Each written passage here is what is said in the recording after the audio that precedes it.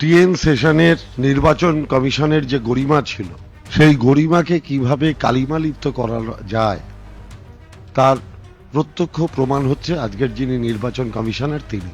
একটা স্বয়ং শাসিত গণতান্ত্রিক প্ল্যাটফর্মকে কিভাবে ভারতীয় জনতা পার্টির দলদাসে পার্টি অফিসে পরিণত করা যায় তার জ্বলন্ত উদাহরণ হচ্ছে আজকের যিনি নির্বাচন কমিশনার তিনি।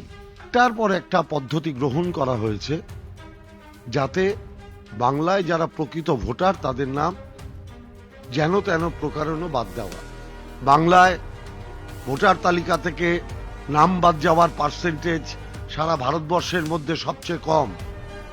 তখন এলো একটা সেকেন্ড অপশন, লজিক্যাল ডিসক্রিপেন্সি।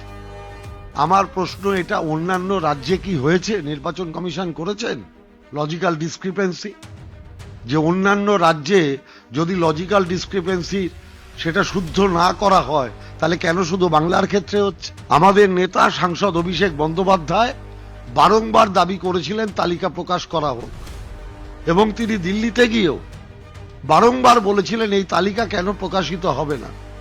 আজ অবধি কিন্তু এই তালিকা সাধারণ মানুষের কাছে প্রকাশিত নয়। হিটলারি কায়দায় ক্ষমতা দখল করতে করতে এরা ভাবছে যা ইচ্ছা তাই করা। যেহেতু বিজেপির নেতারা বলেছে 1.5 কোটি নাম বাদ দিতে হবে, ওইটাকে টার্গেট করে এগোচ্ছে যে আমাকে 1.5 কোটি নাম বাদ দিতে হবে।